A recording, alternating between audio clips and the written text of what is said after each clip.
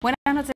Zaragoza en Común ofrece un pacto de gobernabilidad a PSOE y Junta para el resto del mandato. Los socialistas que desconocían el posible pacto critican que el anuncio llegue 9 meses después de la investidura. Analizaremos con nuestros invitados esta información y también hablaremos de la delincuencia en menores. El caso del chico de 17 años que mató a un guardia civil en Barbastro ha puesto el foco en los delitos cometidos por menores en nuestra comunidad. Para hablar de estos temas ya nos acompañan esta noche Emilio Lacambra, hostelero. Buenas noches. Buenas noches. Álvaro Bajen, secretario general de UTA. Buenas noches. Buenas noches. Y José Ramón Colel, de la Fundación Educatrafil. ¿Qué tal, José Ramón? Bien. Buenas noches. Bueno, comenzamos el programa hablando, como les decíamos, del pacto de gobernabilidad que CEC ha propuesto a PSOE y Junta y que hoy ha presentado en rueda de prensa, sin, tal y como señalan desde las filas del PSOE, haber avisado al menos a los socialistas. ¿Esto es un paso al frente o un paso atrás por parte de Zaragoza en Común, Emilio? Yo creo que es rectificar algo que deberían haber hecho la misma noche electoral.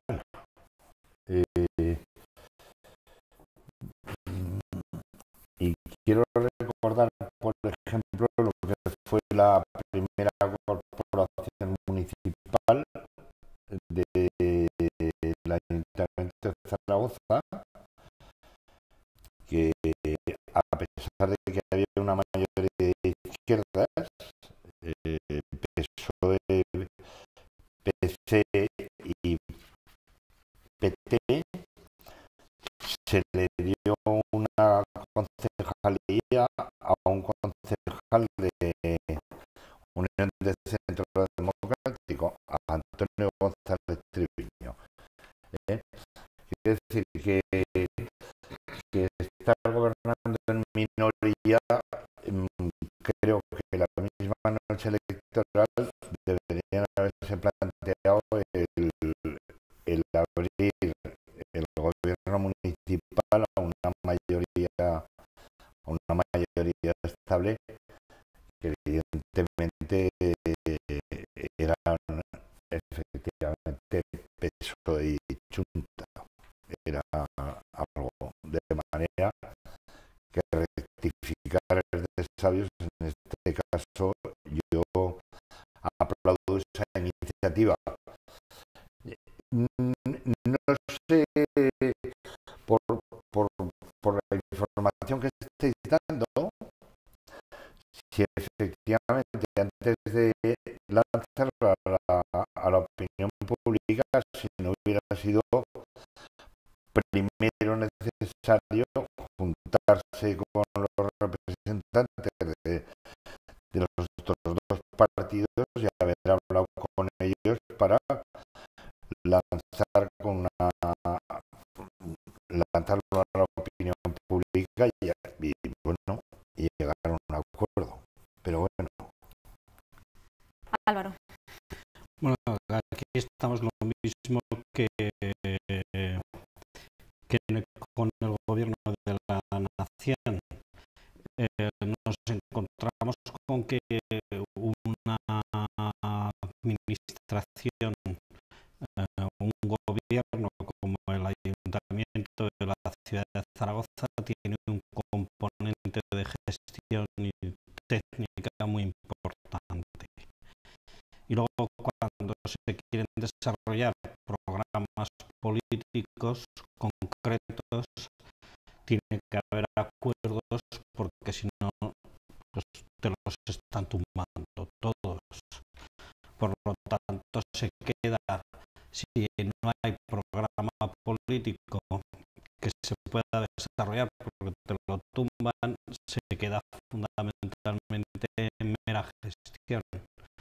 y para hacerme la gestión en minoría, pues la verdad que no va a tener buenos resultados electorales. Yo creo que se dan cuenta de esa cuestión. Por lo tanto, gobernar es difícil, gobernar requiere acuerdos, gobernar requiere entrar en programas concretos, en actividades concretas. Bueno, ahí tienen, por ejemplo, todo el tema de los mercados de abastos, todo el problema del plan local de comercio. Estoy hablando de los temas que nos tocan, por ejemplo, a los autónomos, todo el tema de encontrar una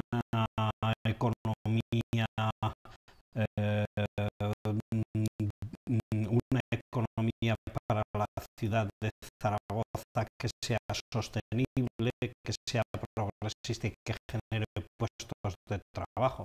Esto de progresista no sé al final qué quiere decir, pero por lo menos suena bien, ¿verdad? Pero vamos, en principio, una economía que permita más puestos de trabajo, más inversión pública, que no tengamos tanta oposición, que si vamos a hacer carriles de bici porque nos está subvencionando la Unión Europea, pues que nos oponga a todo el mundo y al final paralizamos todo. Entonces, claro, es que esto de gobernar en un ayuntamiento como la ciudad, pues la política en el sentido de aquí estoy yo, que soy el más guapo, pues no. Hay que encontrar, que eso suele ocurrir además con lo que llamamos los microrelatos publicitarios de cada uno de los grupos políticos. Bueno, termino por ahora aquí, pero vamos, en principio decir que vamos a ver si esto es postureo, ¿no? O hay realidad, porque me consta que contactos adecuados entre los grupos políticos, a verlos hay pocos. José Ramón. Bien, yo lo que pienso, que lo habéis dicho ya, pero gobernar en minoría es muy complicado, es muy complicado. Y yo entiendo que todos los concejales, todas las personas que se han presentado para estar en el Ayuntamiento de Zaragoza, todos podrán tener sus intereses particulares, pero todos seguro que tienen un interés común, que quieren lo mejor para la ciudad. Entonces, entiendo que cuanto más sumemos a ese proyecto de querer lo mejor para Zaragoza y aportar mis conocimientos, mis talentos, mi capacidad de pacto, de diálogo, etcétera, etcétera, me parece tremendamente positivo. Y que ahora CEC, después de 9 meses en el gobierno, se dé cuenta, como decía Álvaro, de las dificultades que hay de sacar adelante una serie de proyectos sin acuerdos y sin entendimiento con otra gente, pues la verdad es que es difícil. Y por tanto me parece que es importantísimo y fundamental el que en estos momentos se llegue a esos acuerdos e incorporen al PSOE, incorporen a Xunta Aragonesista y, si es posible, además incorporen a la gente que se pueda del PP y también de Ciudadanos. A mí me parece que eso es apostar por trabajar todos con un interés común. Y si cuantos más se sumen a esto, mejor. Y cuanto más diálogo haya y más debate haya, pues muchísimo mejor. Emilio decía que rectificar es bueno, pero hay que recordar que tanto Xunta como el Partido Socialista precisamente reclamaron este acuerdo en 2015, pero Zaragoza en Común decidió sacar adelante la investidura solo. Sí, bueno, sí, por eso lo digo. Y yo creo que este tema se va a repetir seguramente a nivel nacional con el posible futuro gobierno de España sin tener que llegar a las elecciones. Yo creo que en la noche electoral se hicieron unas declaraciones demasiado fuertes, pero bueno, supongo que eso se la envainarán como se envainarán algunas de las cosas que se ha dicho, que han dicho algunos políticos en la sesión de investidura, ¿no?, que hemos vivido estos días atrás. Yo creo que en minoría y en el tema de Zaragoza, teniendo la posibilidad de llegar a haber llegado a un pacto con el PSOE y Xunta, que podían aportar experiencia en cuanto a la gestión y ampliar un poco la base electoral de la ciudad, pues que se debería haber hecho. Yo voy a aplaudir esa decisión que han tomado en estos momentos. Me parece una decisión bastante sensata. Álvaro. Bueno, que luego probablemente toquemos el tema, que es la gobernabilidad del país. Claro, depende cómo se hagan los pactos en el Estado español. Aquí pues van a quedar tocados otros acuerdos que no ha habido ninguna contrapartida, por mucho que digan, no, es que el Partido Socialista no tiene por qué cambiar su voto. Pues podría cambiar su voto en el sentido de que bueno, pues si tú no me apoyas en el gobierno de la nación, ¿por qué tengo que seguir apoyando yo? Entonces, claro, estas cosas dicen, no, es que esto no va a ocurrir, que esto es la inestabilidad que está generando la gobernabilidad del país en general. Y creo que la noticia de CEC lo plantea lo mismo, es decir, como hay inestabilidad, vamos a buscar una estabilidad. Claro, pero es que es normal. Ahora, ¿qué os puede pasar? Porque es que aquí el tema no es solamente la gobernabilidad del país, es que hay un montón de cosas a hacer o programas que están planteando CEC que no tiene sujeción, que no tiene estabilidad, y dice, bueno, inversiones que queremos hacer, pues los mercados, hacer un programa europeo de los mercados de abasto y reformar todos los mercados de abasto de la ciudad. Bueno, pero ¿con qué credibilidad lo vais a hacer?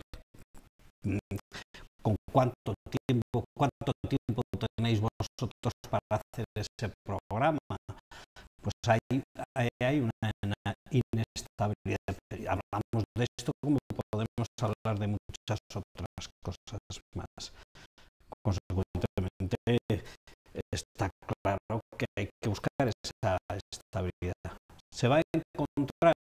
Bueno, no lo sé. Es que, claro, tendrán que hablar con Carlos Pérez Anadón, por poner nombres, tendrán que hablar con el señor Senao, por seguir poniendo nombres, tendrán que ir hablando con distintos partidos políticos y encontrar equilibrio.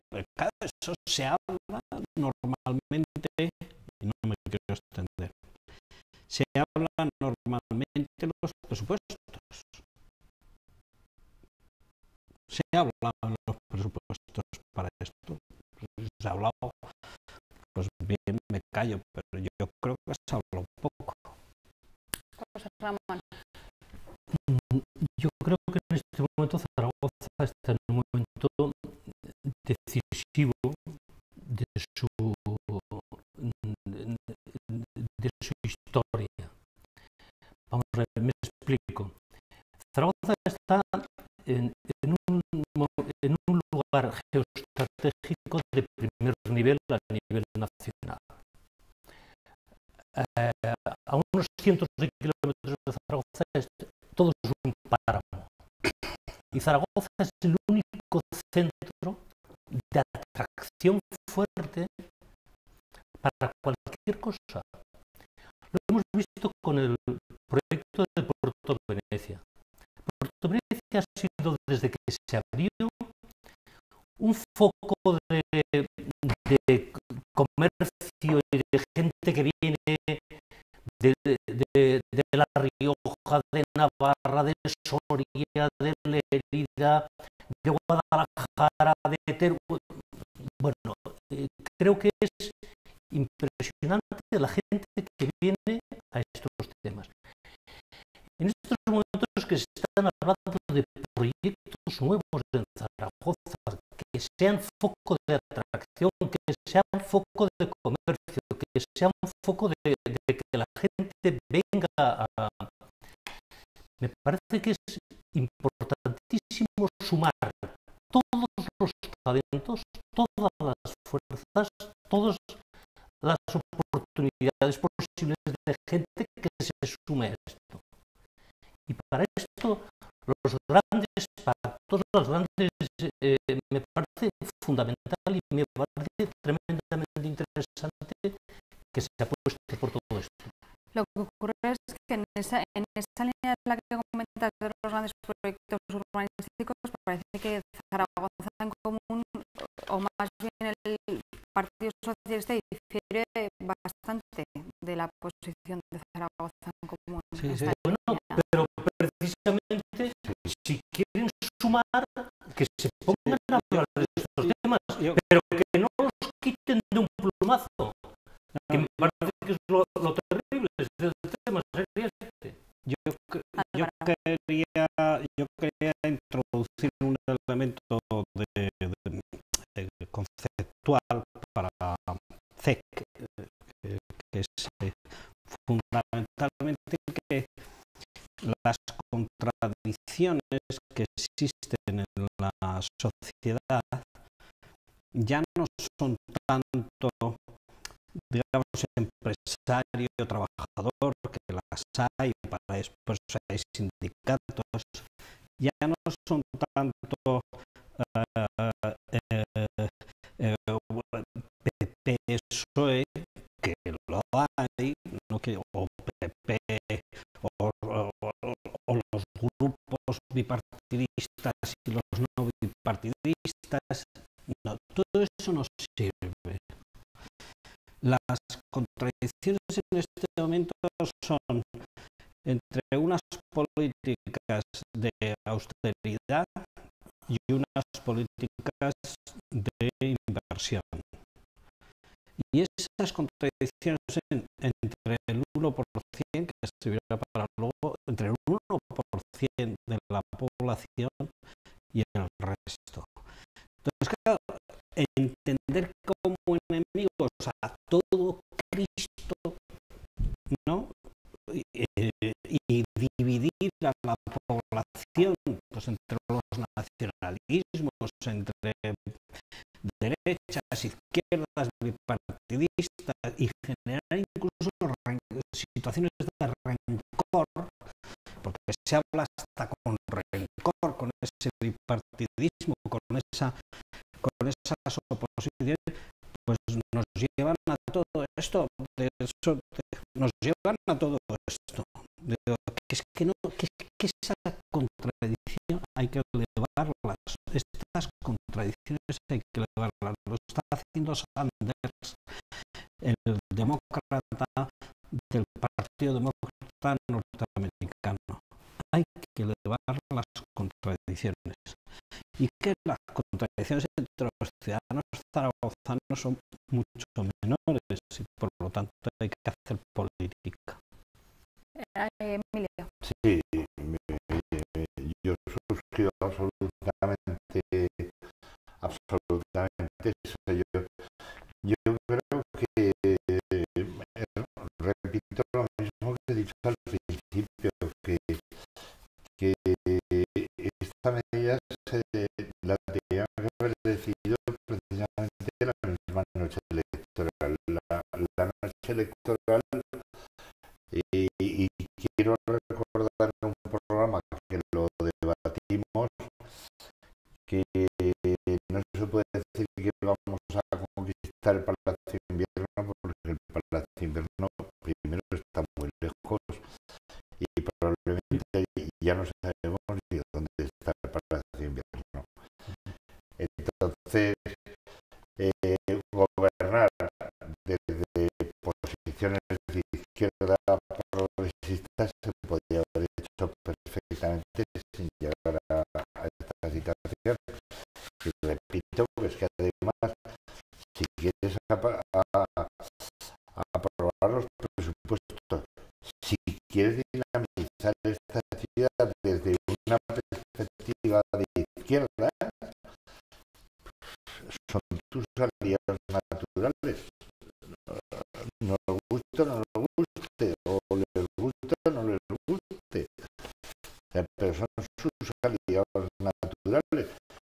Yo creo que se tenía que haber hablado mucho más, muchísimo más, porque además, entre otras cosas, son dos grupos con una gran experiencia en la gestión municipal.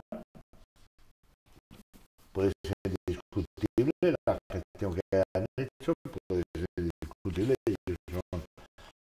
yo eso no entro, pero que en todo caso aportan una experiencia notable en lo que es la gestión de una ciudad de 700.000 habitantes.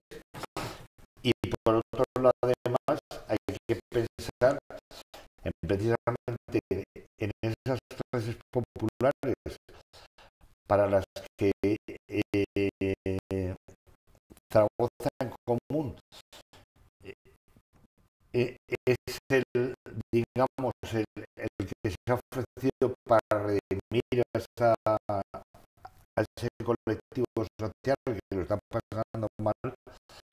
Necesita meter en marcha muchos proyectos en esta ciudad, precisamente para generar empleo, para generar unas condiciones mejores para esos ciudadanos zaragozanos, vecinos nuestros que lo están pasando mal.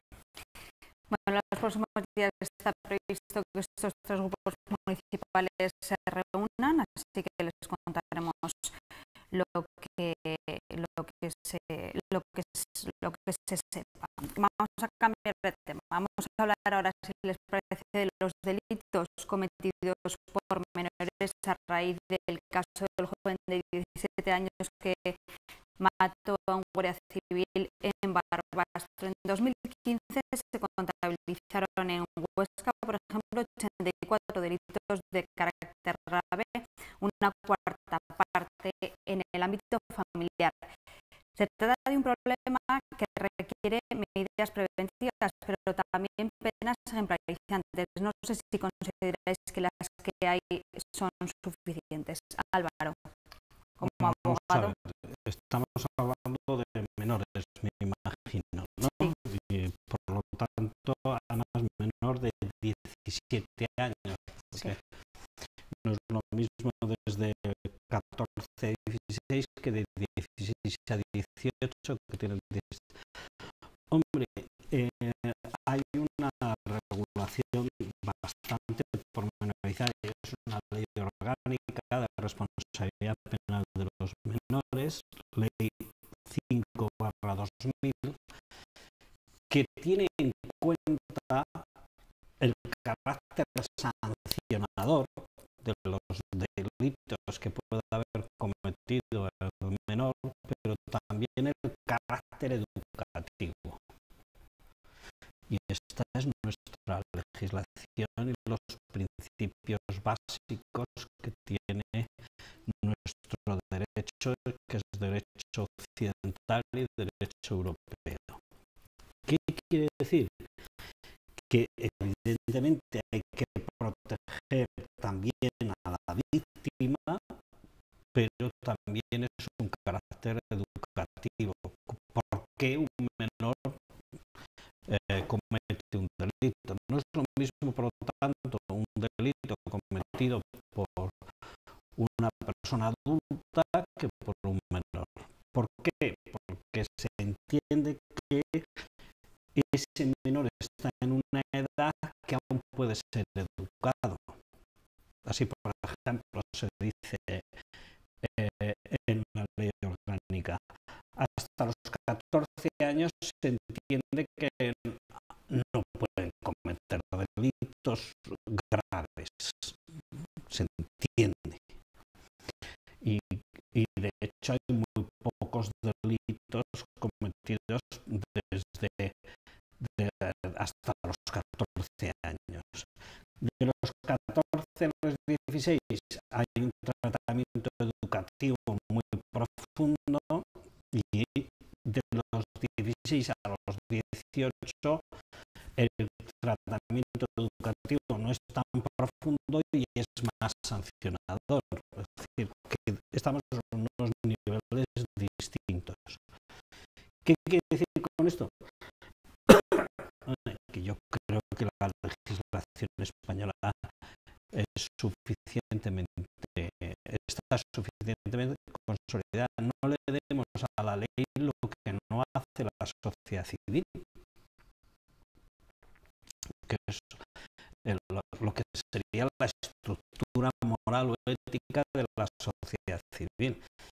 No se trata de modificar las leyes para que haya menos violencia, por ejemplo, en el caso de violencia de género, sino que se trata de encontrar unas líneas de una ley que sea asequible para los ciudadanos y que cumpla con los dos principios, educativo y sancionador. Emilio. Sí, bueno, yo lo que diría primero que el tema no se saque de contexto y en caliente, porque se puede especular, como siempre que ocurre un crimen execrable como ha sido este. Efectivamente es un crimen terrible,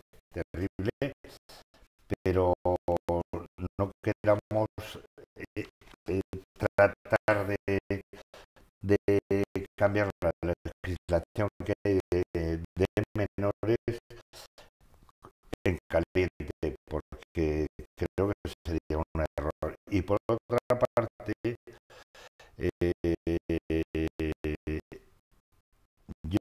que estoy viendo es que esta sociedad, salvo que se corrija, mejore la situación de los más desfavorecidos, nos vamos a encontrar con multitud de situaciones complejas, difíciles, porque se produce no solo aquí en España, bueno, aquí en Zaragoza ha ocurrido el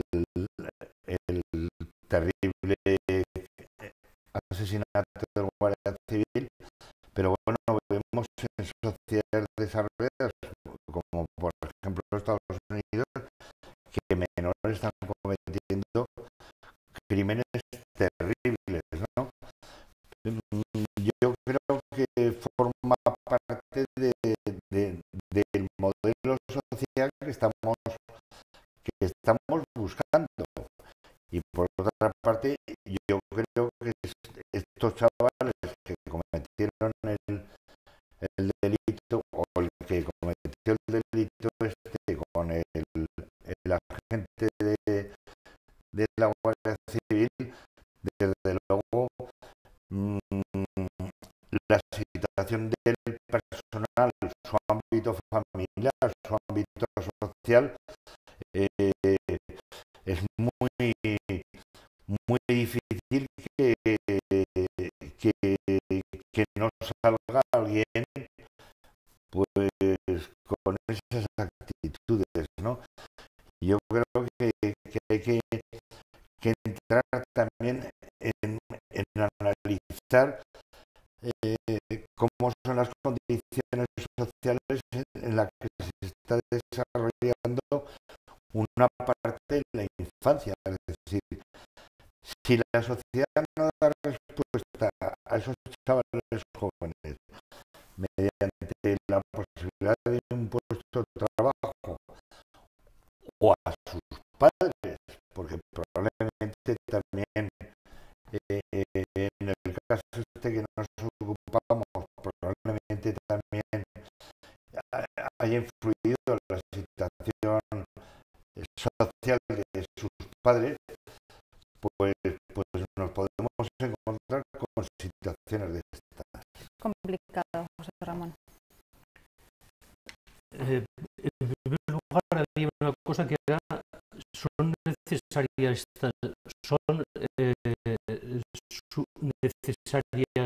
más medidas.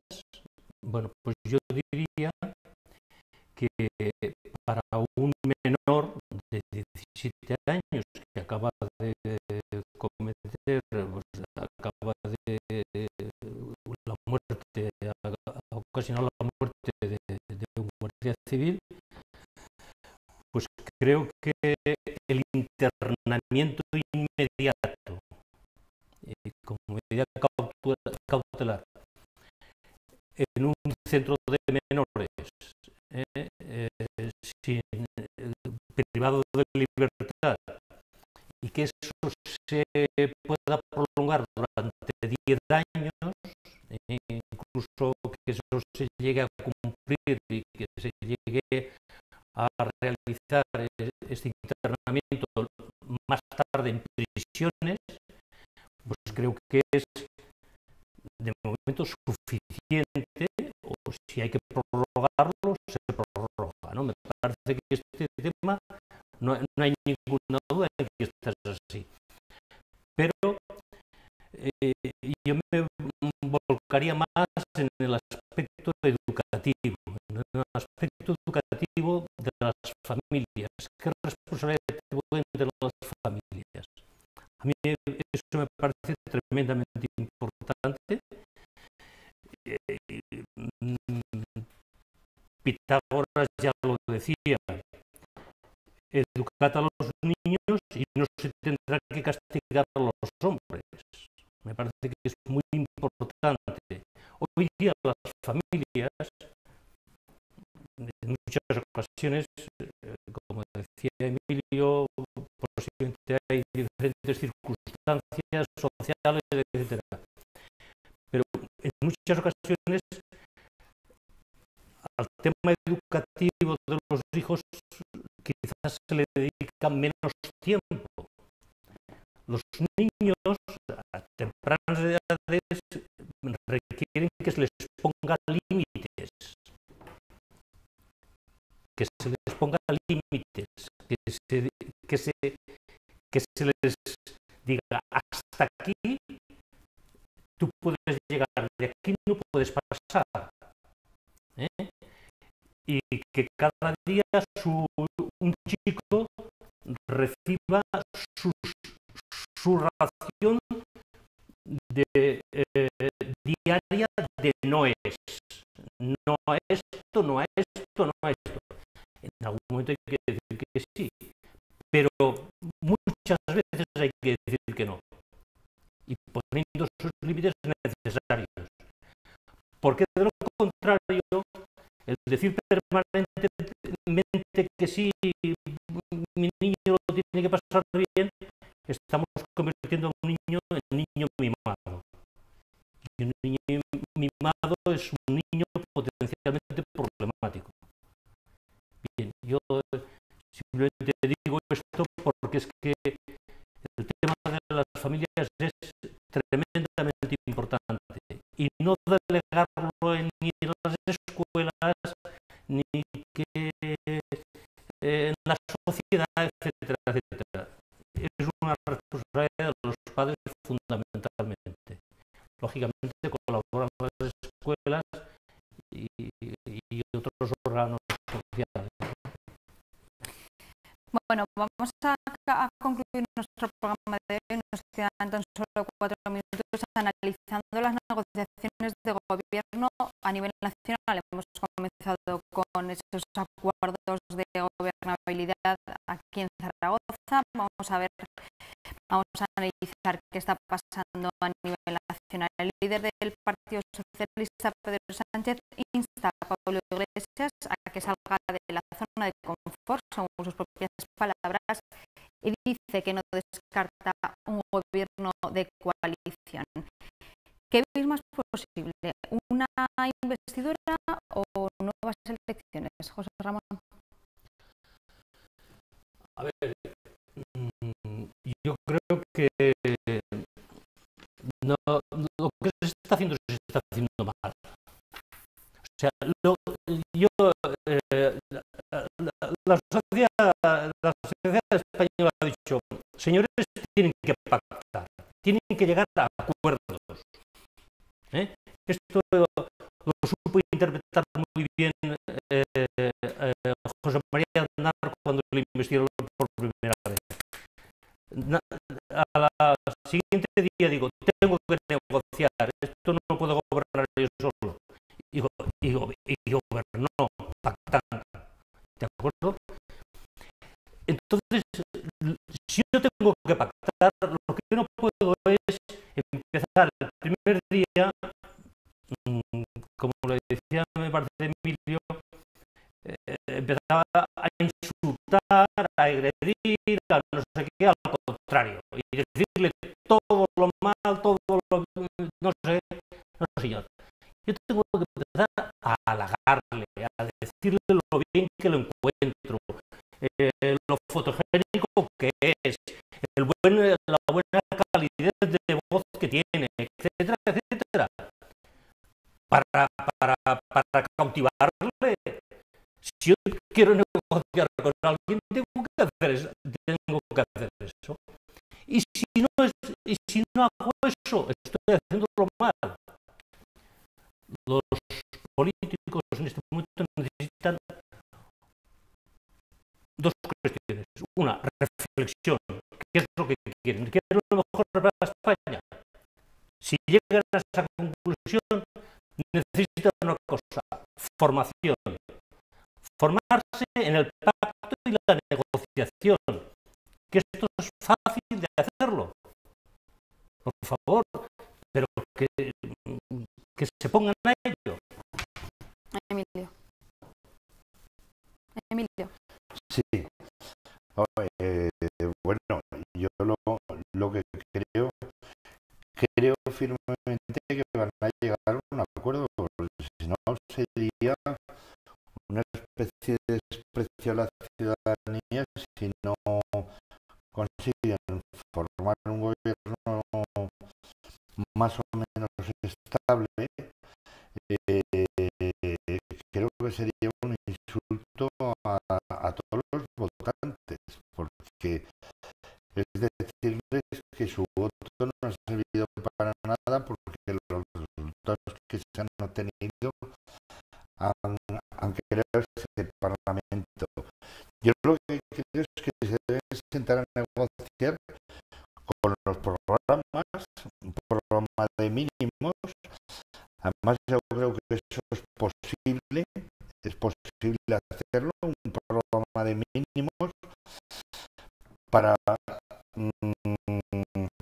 facilitar y tratar de resolver la situación tan grave que está viviendo la sociedad. Por ejemplo, en el tema de los dos temas que curiosamente en la encuesta del CIS han dicho que los dos temas que más preocupan a la ciudadanía es por este orden, el paro y la corrupción. Es decir, sí que pueden llegar a un pacto todos los partidos políticos, me estoy refiriendo a Ciudadanos, Podemos, Izquierda Unida y PSOE, para resolver los temas más acuciantes de la sociedad en un breve espacio de tiempo, un año y medio, es decir, y sobre todo echar al PP del gobierno, es decir, echar al PP mientras lo esté dirigiendo el señor Rajoy, que para mí es el paradigma de la corrupción, es decir, de lo que le está pasando, pero es que ese partido puede llegar a desaparecer como este hombre se mantenga mucho más tiempo ahí presidiendo, ¿no? Y ya ves que no le llaman Tancredo, ya sé que lo estaba esperando, pero no, quiero decir que un programa de mínimos es posible, un programa de mínimos. Es decir, bueno, vamos a ejecutar este programa de mínimos en el que todos estamos de acuerdo y estoy seguro que van a encontrar acuerdos, incluso en los temas económicos que la izquierda ha dicho, bueno, Ciudadanos lleva un programa de derechas, pero no se puede hacer una política social con un programa económico de derechas. Yo creo que se puede ir limando las perezas y sacar adelante lo que digo, es decir, un programa a corto plazo de año y medio y convocar ya elecciones. Álvaro. Sí, no, rápido. En principio, bueno, en psiquiatría podremos hablar en otro momento de esas cosas de psiquiatría. Hay un nivel superficial, medio y profundo.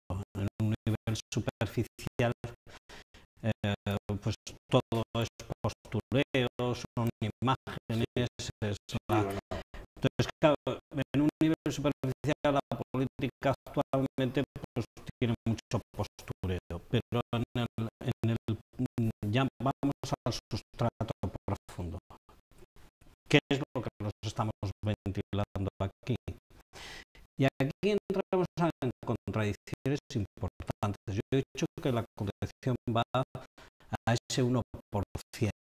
Ya no es tanto al Partido Popular, yo ahí no estoy de acuerdo, sino fundamentalmente es, miren ustedes, hay una serie de señores que están interesados en que sigamos con la política de austeridad, que sigan especulando en la economía de casino y que esto siga sin moverse mucho. Y tiene sus voceros, y no quiero ponerme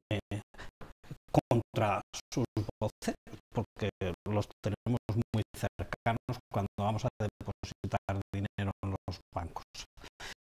¿Qué es lo que está ocurriendo? Y no son los banqueros, sino hay voceros que quieren que esto siga adelante y quieren, por lo tanto, presionar para que políticamente se llegue a una serie de acuerdos. Por lo tanto, no es una cuestión de postureo, no, es una cuestión política y de contradicción de clase.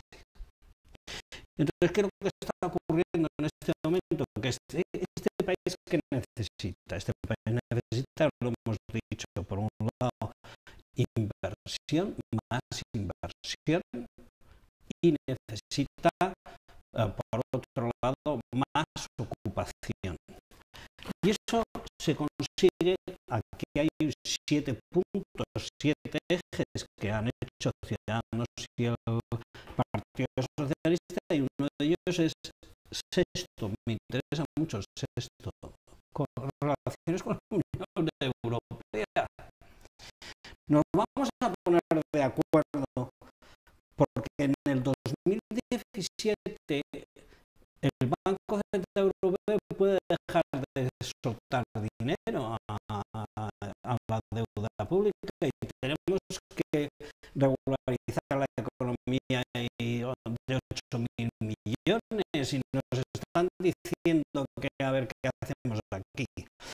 Por lo tanto, aquí esa contradicción, ¿no?, se tiene que poner de acuerdo, y entonces acabo con una cuestión fundamental.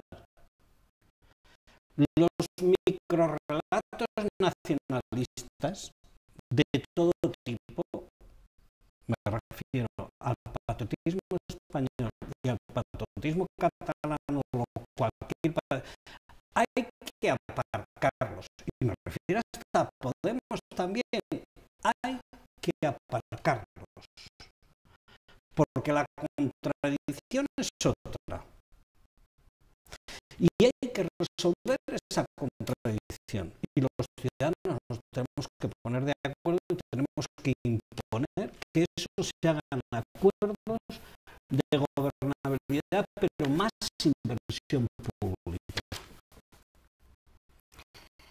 Nos vamos, nos hemos quedado sin tiempo. Muchísimas gracias a los tres, como siempre, y a ustedes. Les vemos mañana. Adiós.